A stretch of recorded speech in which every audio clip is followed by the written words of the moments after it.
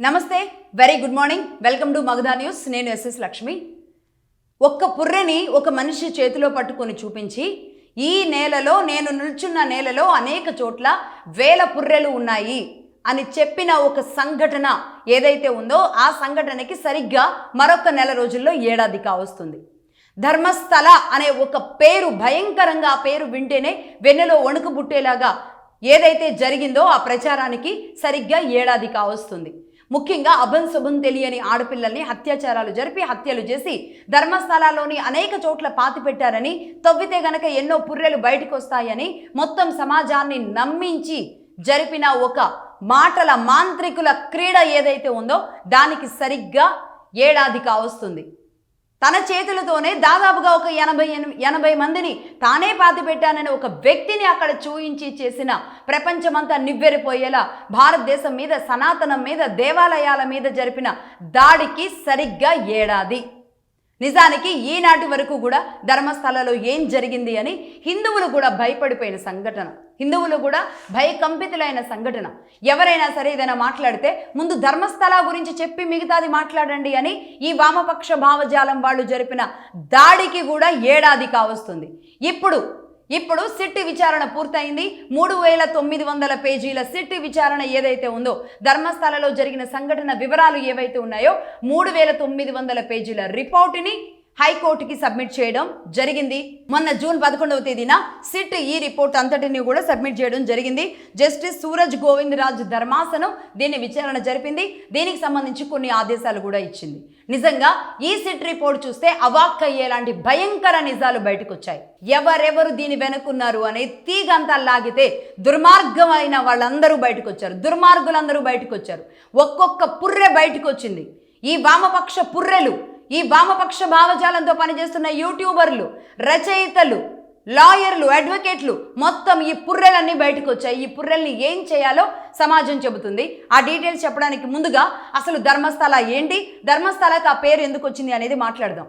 కర్ణాటక రాష్ట్రంలోని దక్షిణ కన్నడ జిల్లాలో బెస్తంగరి అనే మండలంలో ధర్మస్థల అనే గ్రామం ఉంది. అందులో మంజునాథ ఆలయం ఉంది. దాదాపుగా 800 ఏళ్ల చరిత్ర ఉన్న ఆలయం. ఆ ఆలయం మంజునాథుడు శివలింగాకారంలో గర్భగుడిలో పూజింపబడుతూ ఉంటారు అక్కడ మంజునాథ స్వామి వారు. ముఖ్యంగా ఇది 13వ శతాబ్దం నాటి ఆలయం. ఈ ఆలయానికి ఒక పురాతన చరిత్ర ఉంది. అదేంటి అంటే 4 ధర్మ దైవాలు. ఎవరు?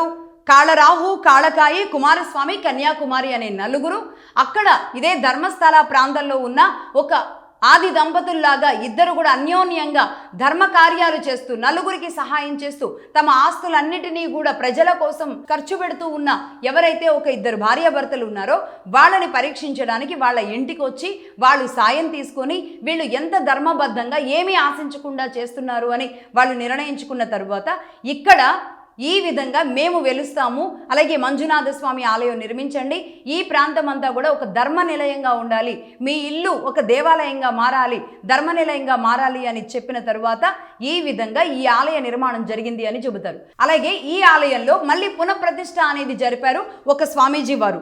ఆయనే వాదిరాజ తీర్థులు అనేవారు. ఆయన ఒక ఋషివర్యులు, స్వామీజీగా ఉండేవాళ్ళు. ఆయన ఏం చెప్పారు అంటే 4 ధర్మ దేవతలు వచ్చి నిర్మించిన ఆలయం, వాళ్ళు అడుగుపెట్టిన ప్రదేశం కాబట్టి ఈ ప్రాంతం కూడా ధర్మస్థల మారాలి అని చెప్పారు. నిజానికి అప్పటి వరకు ఆ ప్రాంతం పేరు కుడుమ అనే ప్రాంతం. ఆ గ్రామం పేరు కుడుమని ధర్మస్థలగా మార్చారన్నమాట. అలాగే స్వామీజీ వచ్చినప్పుడు పేర్గడే అనే వంశస్థులు, అంటే ఈ దంపతులు ఎవరున్నారో వాళ్ళు పేర్గడే వంశస్థులు అంటారు. పేర్గడే అంటే ఏంటి అంటే అధిపతి, లీడర్, నాయకుడు అన్నట్టుగా అన్నమాట. పేర్గడే అంటే కన్నడలో హెగ్డే అని కూడా అంటారు. హెగ్డేగా మారుతూ ఉంటుంది. మనం చూస్తాం కదా హెగ్డే అనే పేర్లు ఎంతమందికి ఉన్నాయి. ఇదంతా ఏంటి అంటే అధిపతి, నాయకుడు, లీడర్ అని. సో ఆ వంశస్థులు ఆనాటి నుంచి ఈనాటి వరకు కూడా ధర్మకర్తలుగా వ్యవహరిస్తూ ఉన్నారన్నమాట. 16వ శతాబ్దం నుంచి ఇది ఇంకా ధర్మకర్తలతో జాగ్రత్తగా ముందుకు వెళుతూ ఉన్న పరిస్థితి ఉంది. అదే వంశానికి సంబంధించిన హెగ్డే వంశానికి సంబంధించిన 21వ ధర్మకర్త ప్రస్తుతానికి డాక్టర్ వీరేంద్ర హెగ్డే బాధ్యతలు నిర్వహిస్తూ ఉన్నారు. ఇది ప్రస్తుతానికి జరుగుతున్నది. అలాగే ఈ ఆలయం కూడా జైన అలాగే హిందూ మత సాంప్రదాయాలకి ఆ రోజు ఈ 2 మతాలు ఎంత బాగుండేవి, జైన హిందూ ధర్మం ఏ విధంగా ముందుకు వెళ్ళింది భారతదేశంలో అనే దానికి ఒక ప్రతీకగా నిలిచిన ఆలయాలలో ఇక్కడ ధర్మశాలలోని మంజునాథ స్వామి ఆలయం కూడా ఒకటిగా చెబుతూ ఉంటారు. అలాగే ఆ మధ్యకాలంలో మనం తమిళనాడులో చూసాం.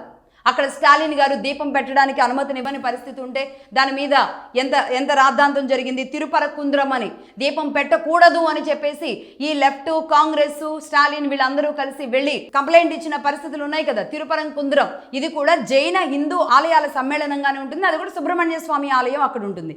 ఈ ఆలయం కూడా జైన హిందూ సమ్మేళనంతోనే ఉంటుంది. ధర్మశాలలోని ఆలయం ఇప్పటికీ కూడా మొత్తం ఆ చెక్కిన విధానం, ఆలయం జైనులు కట్టిన ఆలయాలు ఎలా ఉంటాయో ఆ విధంగానే ఉంటుందన్నమాట. అలాగే లోపల పూజించే విధానం హిందూ ఆచార వ్యవహారాలుగా ఉంటుంది. ఇక రెండు మతాలు ఎంత కలయికగా ముందుకు వెళ్ళాయని చెప్పడానికి ప్రతీకలుగా ఉన్న ఆలయాల్లో ఇది ఒకటి అని చెప్పొచ్చు. రైట్, ఇది ఇలా ఉంటాయి. మొత్తానికి ఇక్కడ వీరేంద్ర హెగ్డే 21వ ధర్మకర్తగా వ్యవహరిస్తూ ఉన్నారు. ప్రస్తుతానికి వీరేంద్ర హెగ్డే బీజేపీ తరపున బీజేపీ మద్దతు ఇచ్చిన నామినేటెడ్ రాజ్యసభ సభ్యుడిగా 2022లో రామ్నాథ్ కోవింద్ గారు రాష్ట్రపతిగా ఉన్నప్పుడు ఆయన ఎన్నికయ్యారు. ముఖ్యంగా ప్రజలకు చేసిన సేవ, మానవతా హృదయం, ఆయన ప్రజల కోసం వెచ్చించిన సమయం, ఖర్చు వీటన్నింటినీ పారామీటర్స్గా తీసుకుని ఇక్కడ వీరేంద్ర హెగ్డే గారిని రాజ్యసభ మెంబర్గా చేశారు. ఆయనే ఈ ఆలయానికి 21వ ధర్మకర్తగా ఉన్నారన్నమాట.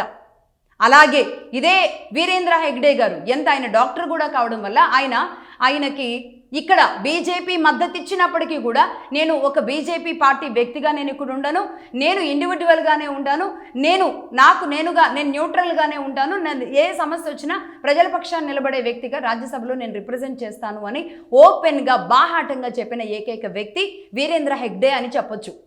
ఇప్పుడు అసలు కథా కమిషన్ చూద్దాం. సిట్ 3900 పేజీలు హైకోర్టుకి ఏం సమర్పించింది అనే విషయాలు ఇక్కడ మాట్లాడదాం. అందులో భాగంగా అసలు ఏం జరిగింది?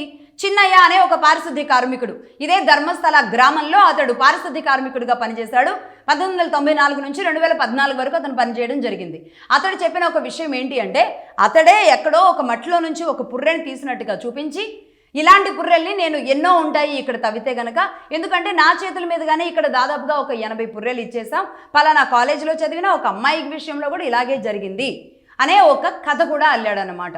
సరే, ఎవరో ఆ అమ్మాయి ఎవరు ఏంటి అనే దాని మీద విచారణ జరిపి ఇతన్ని, ఎందుకంటే ఇతడు కూడా మరి ఆ నేరంలో ఉన్నాను అని అతడే చెప్పాడు కాబట్టి అతన్ని కూడా నిందితుడుగా ఇతన్ని కూడా అరెస్టు చేసి మొత్తం విచారణ జరిపి కూపీలాగి పోలీసులు తమ స్టైల్లో మాట్లాడిస్తే తీగలన్నీ బయటకు వచ్చాయి, ఈ పుర్రెలన్నీ బయటకు వచ్చాయి, ఈ దుర్మార్గపు పుర్రెలన్నీ బయటకు వచ్చాయి. ఎక్కడెక్కడికి వెళ్ళింది అంటే, కొంతమంది అడ్వకేట్లు, కొంతమంది యూట్యూబర్లు, కొంతమంది లెఫ్ట్ వింగ్ రచయితలు కర్ణాటకలోని, అక్కడ నుంచి ఇదే సౌత్ ఇండియాలో హైదరాబాద్లో ఉన్న వాళ్ళకి కూడా ఇన్ఫర్మేషన్లు ఇచ్చారు. యూట్యూబర్ల ద్వారా దీనిని ప్రచారం కల్పించాలి అని, దీనికి స్టఫ్ మేము ఇస్తున్నాము, ఈ స్టఫ్ని మొత్తం దక్షిణ భారతదేశం అంతా కూడా స్ప్రెడ్ చేయండి, మొత్తం ఇండియాలో కూడా స్ప్రెడ్ చేయండి అంటూ నార్త్ ఇండియాలోని కొంతమంది లెఫ్ట్ భావజాల యూట్యూబర్లకి, సౌత్ ఇండియాలో మన ప్రాంతంలో మన దౌర్భాగ్యంగా మన మధ్యలో ఉంటారు, ఇలాంటి వాళ్ళందరికీ కూడా ఈ స్టఫ్ ఇచ్చేసి దీన్ని స్ప్రెడ్ చేయాలి అనే ఒక టార్గెట్ ఇవ్వడం జరిగింది. ఇక వీళ్ళందరూ ప్రతిరోజు వీటి మీదే వీడియోలు చేస్తూ దీని మీదే అనేక అనుమానాలు రేకెత్తిస్తూ సనాతనం మీద, భారతదేశం మీద అనుమానం కలిగించేలాగా, భారతదేశ గౌరవం, ప్రతిష్ట దిగజార్చేలాగా వీళ్ళందరూ ఏడాది పాటు మాట్లాడుకుంటూ వచ్చారన్నమాట. ఈ తీగ లాగితే ఈ పుర్రెలన్నీ ఎవరెవరు ఉన్నారు అంటే, లెఫ్ట్ యూట్యూబర్లు, లెఫ్ట్ రచయితలు, లెఫ్ట్ లాయర్లు, అడ్వకేట్లు, అలాగే ఇప్పుడు మొత్తం భారతదేశానికి నేనే లెఫ్టిస్ట్ని అని చెప్పుకుంటున్నా మరి ప్రకాష్ రాజు, ఈయన దగ్గర నుంచి భారతదేశం బయటికి తీగలు వెళ్ళాయి. అక్కడి నుంచి మళ్ళీ కేరళ రిసార్ట్ దగ్గర కూడా వెళ్ళాయి ఈ తీగలు. ఏం జరిగింది? సిట్ రిపోర్ట్లో ఏం చెప్పారు? ఈ చిన్నయ్య అనే వ్యక్తి చెప్పిన ఈ కథా కమిషన్ ఇతను అరెస్ట్ చేసి విచారణ జరుపుతూ ఉన్న క్రమంలో అనేక చోట్ల ఇక్కడ పాతి పెట్టాను అని అతను చెబితే అక్కడికి వెళ్ళి తవ్వారు, ఇంకో చోట పాతి పెట్టానని చెబితే అక్కడ తవ్వారు. మొత్తం ఒక రకంగా ధర్మస్థలాలోని దాదాపుగా 20 ప్రదేశాల్లో తవ్వించాడు. అతడు ముందుగా చెప్పింది 8 ప్రదేశాలు, కానీ దాదాపుగా 20 ప్రదేశాల్లో తవ్వినా ఎక్కడ ఒక్క పుర్రె కూడా కనబడలేదు. ఇందులో డౌట్ వచ్చిన తర్వాత అసలు విషయం ఏంటి, ఈ సౌజన్య ఎక్కడుంది, ఏంటి ఈ కాలేజ్ ఏంటి అని కనుక్కోవడానికి వెళితే అసలు ఆ కాలేజీలో ఆ అమ్మాయే లేదు అని తేలింది. దాంతో ఇంకా అనుమానం వచ్చిన తర్వాత అసలు పోలీసులు వాళ్ళ స్టైల్లో విచారణ జరిపిన తర్వాత మొత్తం బయటకు వచ్చాయి. A1గా చిన్నయ్య ఉన్నాడు. చిన్నయ్య పారిశుద్ధ్య కార్మికుడు, డే 1 నుంచి ఇతనే ఉన్నాడు, రైట్, A1. అలాగే A2 మహేష్ శెట్టి తిమరోడి, ఇతడు ఎవరు అంటే ప్రజాప్రభుత్వ వేదికే అని ఒక సంస్థను పెట్టి నడుపుతూ ఉన్నాడు. ఇతడు రాజ్యసభ ఎంపీ, ఎవరైతే ఈయన ధర్మకర్తగా ఉన్నారో వీరేంద్ర హెగ్డేకి అపోనెంట్. ఎప్పుడు కూడా ఏ విధంగా ఈ గుడిలో ఈ వంశపారపర్యంగా ఉన్నదాన్ని బ్రేక్ చేసి తన వ్యక్తుల్ని తమ వాళ్ళని ఇక్కడ ధర్మశాలలో ఈ ఆలయం మీద అజమాయిషీ కోసం ప్రయత్నిస్తున్న వ్యక్తుల్లో వీళ్ళనమాట. ఇతడు ఈ ప్రజాప్రభుత్వ వేదిక అనేది నిర్వహిస్తూ ఉన్నాడు. మహేష్ శెట్టి తిమరోడి, అలాగే ఏ3 గిరీష్ మత్తెన్నవర్, ఇతడు కూడా కేఆర్ఎస్ అనే ఒక పార్టీ పెట్టి నడుపుతూ ఉన్నాడు. ఇతడు ఏంటి అంటే చిన్నయ్యను తీసుకొని కేరళ రిసార్ట్స్కి తీసుకువెళ్ళి ప్రకాష్ రాజ్ని కల్పించడం జరిగింది. అందులో భాగంగా చిన్నయ్యకి ఒక 2 లక్షల రూపాయలు అడ్వాన్స్ కూడా ఇచ్చారు. ప్రకాష్ రాజ్తో డైరెక్ట్గా ఫోన్లో కూడా మాట్లాడిపించిన వ్యక్తి ఇతడే. చిన్నయ్య ప్రకాష్ రాజ్ డైరెక్ట్గా ఫోన్ కాల్లోకి వచ్చి నీకేం భయం లేదు, నువ్వు మాట్లాడేసే, ఏమేం మాట్లాడాలు అనేది చెప్పి సుజాత అనే అడ్వకేట్ లెఫ్ట్ భావజాలం కోసం, హిందూ వ్యతిరేకత కోసం కోర్టుల్లో వాదిస్తూ ఉండే ఈ సుజాత అనే అడ్వకేట్ ఎవరైతే ఉంటుందో ఆమెను ఆమెని అండగా పెట్టి చిన్నయ్యని సుప్రీంకోర్టులో పిల్లేసేదాకా తీసుకువెళ్లారన్నమాట. ఈ విధంగా నడిపించారు కథా కమీషు. రైట్, ఇతడు ఏ3 గిరీష్ మత్తెన్నవర్. ఇకపోతే ఏ4 ఈవిడే మహాతల్లి అడ్వకేట్ సుజాత. రైట్, ఇక ఏ5 జయంత్ టి విఠల్ గౌడ. జయంత్ టి అనే అతను ఏ5, విఠల్ గౌడ అనే అతను ఏ6.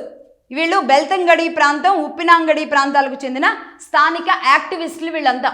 అంటే స్థానికంగా మేము యాక్టివిస్టులుగా, ఎనలిస్టులుగా, ఇదే కదా వీళ్ళ ముసుగులు, వీళ్ళ భూత అన్నీ అడ్డం పెట్టుకునేదంతా వీళ్ళు ఇదే కదా.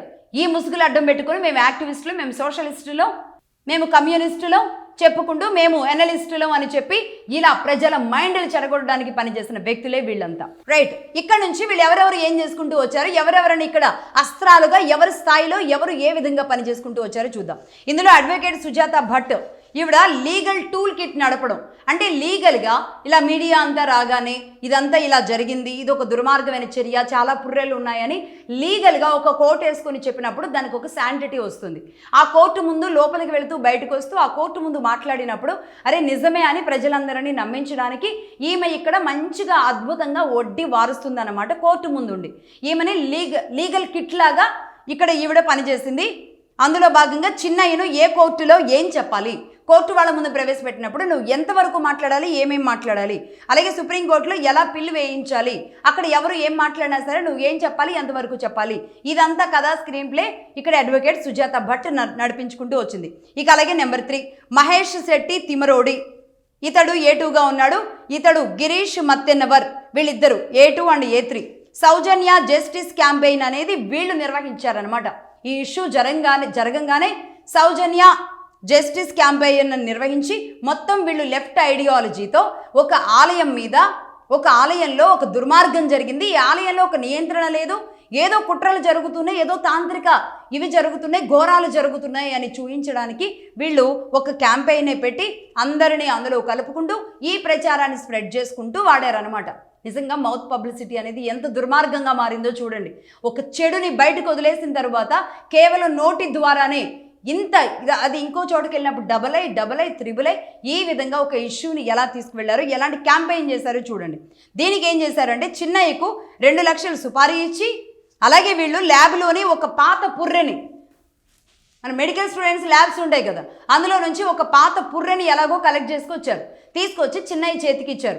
ఈ పుర్రె ఇక్కడ నేను పెట్టిన పుర్రె అని చెప్పు, ఇలాంటి పుర్రెలు ఇంకా చాలా ఉంటాయి, నేనే తవ్వి పెట్టాను, కొంతమంది ఇక్కడ చేపించారు నాతో అనేది చెప్పు అని మొత్తం ఇదంతా చేయించింది ఏ2 అండ్ ఏ3 మహేష్ శెట్టి తిమరోడి అండ్ గిరీష్ మత్తెన్నవర్. వీళ్ళిద్దరూ కలిసి చేశారు. ఈ కథనాలంతా కూడా మీడియాకి ఈ కథనాలన్నీ అందించడంలో వీళ్ళే ప్రముఖ పాత్ర పోషించారు. అంటే ఎవరో వచ్చి మైక్ పెట్టగానే ఇలా జరిగింది అని చెబుతారు, ఆ తర్వాత ఇంకొకరు రాగానే ఈ విధంగా చెప్పుకుంటూ వస్తారు. ఈ విధంగా స్క్రీన్ ప్లే అంతా వీళ్ళదయింది. నెక్స్ట్ లెఫ్ట్ వింగ్ యూట్యూబర్లు సమీర్ ఎండి అండ్ అజయ్ వీళ్ళు లెఫ్ట్ యూట్యూబర్లు. వీళ్ళు ముందుగానే స్క్రిప్ట్ అంతా రెడీ చేసుకుని ఇంకా దీనికి మసాలాలు అద్దుతూ వీళ్ళు ఈ స్క్రిప్ట్ అంతటిని కూడా భయంకరంగా బయటికి తీసుకెళ్లడం. ముఖ్యంగా రాష్ట్రం టార్గెట్. ఆ తర్వాత నేను ఇంతకు ముందు చెప్పినట్లుగా హైదరాబాద్కి వచ్చింది, కేరళకు వచ్చింది, తమిళనాడుకి వెళ్ళింది, అలాగే దేశంలోని అనేక రాష్ట్రాలకి దీన్ని స్ప్రెడ్ చేశారన్నమాట. రైట్, ఇదొకటి వీళ్ళు చేసింది. లెఫ్ట్ వింగ్ యూట్యూబర్లు వీళ్ళంతా, ఇదంతా చాలా పెద్ద గ్రూప్ నడుస్తుందట దేశంలో. వీళ్ళందరూ కావాలని అంటే బీజేపీని, దేశాన్ని తిడుతూ ఇవే పనులు చేస్తుంటారు. ఎవరైనా సరే దేశాన్ని తిడుతూ మాట్లాడుతున్నారు అంటే గనక, అంటే తిట్టడంలో కూడా విమర్శ సద్విమర్శ రెండూ ఉంటాయి. ఇంకొకటి ఏంటి అంటే అసలు మొత్తాన్ని పాతి పెట్టేలాగా ఉంటాయి అన్నమాట. ఈ 3వ గ్రేడ్ని అబ్జర్వ్ చేయండి జాగ్రత్తగా. వీళ్ళు దేశానికి పెను ప్రమాదం. అలాంటి వాళ్ళని నిజంగా ఏం చేయాలి అనేది సమాజం ఆలోచించుకోండి. ఇప్పుడు వెస్ట్ బెంగాల్లో జరుపుతున్నారు కదా, ఎలా ఎలా రౌడీలకు ఏం చేస్తున్నారు, అలాంటి చేయాలన్నమాట. దేశ వ్యతిరేక శక్తులు వీళ్ళు. అలాగే నెంబర్ 5, కర్ణాటకకు చెందిన లెఫ్ట్ వింగ్ రచయితలు. వాళ్ళు ఎవరయ్యా అంటే K Marula Siddappa, G Ramakrishna and Vijaya. వీళ్ళు రచయితలు. అంటే దీనిని సీరియస్గా భావజాలాన్ని బయటకు తీసుకువెళ్ళడానికి వీళ్ళు పని చేయడానికి ఉపయోగించే పద ప్రయోగం ఉంటుందన్నమాట. ఇన్నేళ్ల పాటు భారతదేశం మీద ఇలాంటివి చేస్తే భారతదేశాన్ని నాశనం చేశారు వీళ్ళు. ఈ విధంగా ఈ రచయితలందరూ కలిసి వీళ్ళు కూడా దీనికి కథా కమిషన్లు అల్లి ఈ విధంగా అక్కడ ఇంత పెద్ద ఘోరం జరిగింది. వేల మంది ఆడపిల్లల పుర్రెల మీద ఈరోజు ఆలయం ఉంది అని ఆలయ పరువుని, ఆలయ ప్రతిష్టని, ముఖ్యంగా భారతదేశ ప్రతిష్టని, సనాతనాన్ని, హిందూ మతాన్ని, ఇంకా చెప్పాలి అంటే వాళ్ళ టార్గెట్ ఎలాగో బీజేపీ ఉంటుంది, ఎలాగో కేంద్రంలో ఉన్న ఎన్డీఏనే ఉంటుంది. అవుట్రైట్గా అదే ఉంటుంది వాళ్ళ టార్గెట్. ఆ టార్గెట్లో భాగంగా ఇలా ఒక్కొక్కటి నరుక్కుంటూ వచ్చారు. ఇందులో భాగంగా కీలకమైన వ్యక్తి ఎవరయ్యా అంటే మన సౌత్ ఇండియాలో స్టార్ విలన్ ఉన్నాడు కదా, ఇప్పుడు రియల్ టైం విలన్గా పనిచేస్తున్నాడు. సౌత్ ఇండియాకి, సనాతనానికి, భారతదేశానికి రియల్ టైం విలన్గా యాక్ట్ చేస్తున్నాడు, ప్రాక్టీస్ చేస్తున్నాడు. This is not an act. ఇది ఇప్పుడు ప్రాక్టీస్ చేస్తున్నాడు. ఇతను ఎలా ప్రాక్టీస్ చేస్తున్నాడు అంటే ఇలాంటి విషాలు తయారు చేస్తున్నాడు ప్రకాష్ రాజ్. ఒక విలన్గా తనని ప్రజలు ఆదరించారు, కానీ ఇప్పుడు రియల్ టైం విలన్గా ప్రాక్టీస్ చేస్తే కనుక అతడు కళ్ళల్లో, అతడి మాటల్లో, అతని బిహేవియర్లో కనబడిన ఆ విషం ఏదైతే ఉందో ఆ విషానికి విరుగుడు ప్రజలే చేస్తారు. ఈనాటి వరకు సినిమాల్లో పనిచేసిన ఏ వ్యక్తి చెయ్యనంత ఘోరాలు ఇప్పుడు ప్రకాష్ రాజ్ ఆధ్వర్యంలో నడుస్తున్నట్టుగా తెలుస్తోంది. మరి ఈ సిటీ విచారణలో బయటకు వచ్చిన నిజాలు చూస్తే ఎందుకు ఇతడు ఇంత రెచ్చిపోతున్నాడు, ఎందుకు ఇతడు ఒక భావజాల వ్యాప్తిని తీసుకున్నాడు, ఎందుకు ఇతడు కావాలని పవన్ కళ్యాణ్ని టార్గెట్ చేస్తూ ఉంటాడు. ఒక్కసారి ఇది అంటాడు, ఒకసారి పవన్ కళ్యాణ్ని, సనాతనాన్ని అతను పెద్ద మేధావిలాగా, అతడు మాత్రమే భారతదేశానికి రిప్రజెంట్ లాగా, కొత్తగా పుట్టుకొచ్చిన మేధావి, లెఫ్ట్ మేధావి ఇష్టం వచ్చినట్టుగా మాట్లాడుతూ ఉంటే ఎవరికి అర్థం కాలేదు. పోనీ ఆయనలో ఏదైనా భారతదేశం కోసం ఏదైనా చేయాలనుకుంటున్నాడేమో, ఆయనలో ఇంకేదైనా తప్పనుందేమో, ఆయన ఎందుకు ఇలాంటి దుర్మార్గులకి అస్త్రంగా మారుతాడు అని అందరూ అనుకున్నారు. కానీ ఇతడు వేస్తున్న ప్లాన్ చాలా పెద్దదిగానే ఉంది. ఈ కాక్రోచులు, ఈ విధంగా వీళ్ళు, ఈ లెఫ్ట్ భావజాలం ఉన్నవాళ్ళు, దేశం బయట భారతదేశం మీద జరుపుతున్న కుట్రదారులు ఎవరైతే ఉన్నారో వాళ్ళ అందరూ కాంటాక్ట్లో ఉన్న వ్యక్తులు వీళ్లే అనేది ఈరోజు బయటకు వస్తున్న అంశంగా పోలీసులు అనుమానిస్తున్నారు. ఈ అనుమానాలు నిజమైన నాడు ఖచ్చితంగా ఒక్కొక్కరిని ఏం చేయాలి భారతదేశంలో ఆలోచించండి. ఈ ప్రకాష్ రాజ్ గారు రియల్ టైం ప్రాక్టీస్ చేస్తుంటే విలన్గా ఈ విలనిజాన్ని ఏం చేయాలి, ఈ విలనిజాన్ని కొట్టే హీరోలు రావాలా వద్దా? ఇతడు ఏకంగా కేరళలోని ఒక రిసార్ట్లో కూర్చొని చిన్నయ్యకి ఫోన్లో మాట్లాడి నీకు అండగా ఉంటాం, ఇనిషియల్గా నీ చేతిలోకి ఒక 50,000 ఇస్తాము, ఆ తర్వాత 2 లక్షలు ఇస్తాం, మొత్తం దీని సుపారీ డీల్ ఎంతో తెలుసా? 50 లక్షలు. ఈ చిన్నయ్యకి అంటే ఒక పారిశుద్ధ్య కార్మికుడు, అలాంటి వాడికి ఒక్కసారిగా 50 లక్షలు ఇస్తామంటే జైలుకి వెళ్ళడానికి కూడా రెడీ అయిపోయాడు. అన్ని అబద్ధాలు చెప్పడానికి అతన్ని తయారు చేశారు. దీంతో ఒక పారిశుద్ధ్య కార్మికుడే అక్కడ తవ్వుతూ ఉన్నాడు, అతడే తవ్వాడు, అతడే చెప్పాడు అనే విషయంతో అందరూ నమ్మేశారు, అందరూ నిజం అనుకున్నారు. ఇంత దుర్మార్గంగా వీళ్ళు కథలెళ్ళారన్నమాట. ఈ కుట్రలో భాగంగా ఇప్పుడు ఏమంటున్నాడు ప్రకాష్ రాజ్, నేను బయట ఉన్నాను, అవుట్ ఆఫ్ స్టేషన్ ఉన్నాను, 14, 15 తారీఖుల్లో నేను ప్రెస్ మీట్ పెట్టి మాట్లాడతాను అంటున్నాడు. ఏం మాట్లాడతాడో చూద్దాం. అసలు చిన్నయ్యకి ఇతడికి కాల్ కన్వర్జేషన్ ఎందుకు నడిచింది, ఆ డేటాతో సహా, ఆ రిపోర్ట్తో సహా తీసుకున్నారు ఈరోజు సిట్ అధికారులు. కోర్టు ముందు కూడా అది ఉంది. ఇంకా ఇతడు ఎలాంటి కుట్రలు చేస్తున్నాడు, ఇప్పుడు ప్రకాష్ రాజ్ని అరెస్ట్ చేసి విచారణ చేస్తే ఇంకా ఇతడు దాదాపుగా 2 ఏళ్ల నుంచి మాట్లాడుతున్నాడు కదా, ఈ తీగలన్నీ బయటకు వస్తాయి. బట్ ఇక్కడ సిట్లో ప్రకాష్ రాజ్ పేరుని ప్రధానంగా A1, A2లో నమోదు చేయనప్పటికీ కూడా ఫోన్ కన్వర్జేషన్లో కీలక వ్యక్తిగా ప్రకాష్ రాజ్ ఉన్నట్టుగా గుర్తించారు. దీనికి సంబంధించిన పూర్తి ఆధారాలు సేకరించే పనిలో ఉన్నట్టుగా తెలుస్తోంది. ఒకవేళ ఇతన్ని అరెస్టు చేసి విచారిస్తే గనక ఈ తీగ ఎక్కడి దాకా వెళ్ళిందో తెలుస్తుంది. అంతర్జాతీయ కుట్రలో భాగంగా దీనికి ఏం జరిగిందో తెలుసా? దీని స్కెచ్ మొత్తానికి ఈ ఆపరేషన్ ధర్మస్థల మీద జరిగిన కుట్రలో అంతర్జాతీయంగా జరిగిన మార్కెట్ 200 కోట్ల రూపాయలు. 200 కోట్ల రూపాయలతో టార్గెటెడ్గా ఇక్కడ ధర్మస్థలాన్ని కొట్టాలి, సనాతనాన్ని కొట్టాలి, భారతదేశాన్ని ప్రపంచ చిత్రపటంలో బ్యాడ్ చేయాలి. ఈ విధంగా జరిగిన కుట్రలకి 200 కోట్లు. అందులో భాగంగా చిన్నయ్యకి చూపించిన ఆశ 50 లక్షల రూపాయలు. అతడి చేతికి ఇచ్చింది 50,000 రూపాయలు మొదటిగా. ఆ తర్వాత 2 లక్షలు ఇచ్చారు. మొత్తం 2.5 లక్షలు ఇచ్చారు అని చెబుతున్నారు. సో మొత్తంగా అతడు ఒక పారిశుద్ధ్య కార్మికుడు 50 లక్షల రూపాయలకి ఆశపడి కక్కుర్తిపడి ఏకంగా ఒక ఆలయాన్ని 800 సంవత్సరాలు ఏ పేరుతో అయితే ఆలయం ఉందో, ఏ పేరుతో అయితే ఆ గ్రామం ఉందో ఆ గ్రామానికి హాని చేయాలని చూశాడు. ఆ ధర్మస్థల ఏదైతే ఉందో ఆ ధర్మాన్ని నిలబెట్టింది. నిజంగా అక్కడ ఎవరు తప్పు చేశారు, ఎవరు అబద్ధాలు ఆడుతున్నారు, ఎవరు ధర్మస్థల జోలికి వచ్చారో ఆ మంజునాథుడే కన్నెర చేస్తుంటాడు. ఒక్కొక్కడి జాతకం బయటకు వస్తుంది. తీగ లాగితే ఈరోజు భారతదేశానికి జరగబోయే నష్టానికి పాత్రదారులు, సూత్రధారులు, ఈ మధ్య కాలంలో తయారైన కాక్రోచులు ఎవరెవరు ఎక్కడి నుంచి ఎవరెవరికి ఫండింగ్లు అందుతున్నాయి, ఎవరెవరికి ఏ తీగలు ఉన్నాయి, ఎందుకు ఒక్కొక్కళ్ళు మీదేసుకొని భారతదేశానికి వ్యతిరేకంగా పనిచేయడానికి కూర్చున్నారు, వీళ్ళందరి బయటకు వచ్చిన రోజు తెలుస్తుంది భారతదేశంలో ఇప్పుడు ఎలా తిరగబడతారో అని. ఇంతకుముందు వీళ్ళ పప్పులు ఉడికినాయి, వీళ్ళ కథలు నడిచినాయి. ఇన్నేళ్ల పాటు 100 ఏళ్ల పాటు నడిపించిన వీళ్ళ గేమ్ అంతా కూడా నడిచింది. కానీ ఇప్పుడు నడవదు. ఒక్కొక్కళ్ళ కుట్రలు బయటకు వచ్చినప్పుడు ఒక్కొక్క మనిషే ఒక ఆయుధంగా మారుతాడు, ఒక్కొక్క భారతీయుడే ఒక ఆయుధంగా మారుతాడు. ఇంకెన్నాళ్ళు ఈ మతం మీద దాడి చేస్తారు, ఎంత దుర్మార్గంగా చేస్తారు. ఇక్కడ పవన్ కళ్యాణ్ గారు తన సనాతనిని అన్నారు అని చెప్పేసి ప్రకాష్ రాజ్కి ఏం పుట్టిందో ఏమో కానీ ఆయన వచ్చేసి యూట్యూబ్ ఛానల్స్లో కూర్చొని మాట్లాడుతూ ఉంటాడు, ఆయన స్టేట్మెంట్లు ఇస్తూ ఉంటాడు. మా ఎలక్షన్స్లో మళ్ళీ అదే పవన్ కళ్యాణ్ గారి బొమ్మ వాడుకోవాలి అనుకున్నాడు. ఇక్కడ ఈ గేమ్, అక్కడ ఆ గేమ్. నువ్వు రియల్ టైం విలన్గా ప్రాక్టీస్ చేయాలి అనుకుంటే మా ప్రజలు, తెలుగు ప్రజలు రియల్ టైం హీరోలుగా ప్రాక్టీస్ చేస్తారు. అప్పుడు ఎలా ఉంటుంది, విలన్కి ఎలా ఉంటుంది? ఒక్కొక్కళ్ళు ఒక్క హీరోగా మారితే ఒక్క హీరోనే ఎదుర్కోలేని విలన్ మొత్తం 2 తెలుగు రాష్ట్రాల్లో సనాతన హిందూ హీరోలు గనక బయటకు వచ్చారు అంటే అతడి పరిస్థితి ఏంటో అర్థమవుతుంది. ప్రెస్ మీట్ పెట్టిన తర్వాత ఏం మాట్లాడతాడో చూద్దాం. మొత్తానికైతే కోర్టు విచారణ వచ్చే నెల జూలైకి వాయిదా పడింది. దీని మీద పూర్తి విచారణలో భాగంగా కొంతమందిని అరెస్ట్ చేసే అవకాశాలు ఉన్నాయి. ఈ విచారణలో భాగంగా ఇక్కడ ప్రకాష్ రాజ్ను కూడా విచారించే అవకాశాలు చాలా స్పష్టంగా కనిపిస్తున్నాయి. ఈ ఫోన్ కాల్స్ కేవలం చిన్నయ్యకి మాత్రమేనా? ఈ డబ్బు ఎక్కడి దాకా వెళ్ళింది? ఈ 200 కోట్లు ఎవరి అకౌంట్లకు వచ్చి పడ్డాయి, ఏ విధంగా వచ్చి పడ్డాయి అనే విషయాలు బయటకు తీసుకొస్తుంది సిట్. రైట్, ఇది చూద్దాం. రేపు ప్రకాష్ రాజ్ మాట్లాడిన తర్వాత మళ్ళీ దీనికి సంబంధించి మాట్లాడదాం. That's all for now. చూస్తూనే ఉండండి మగధా న్యూస్.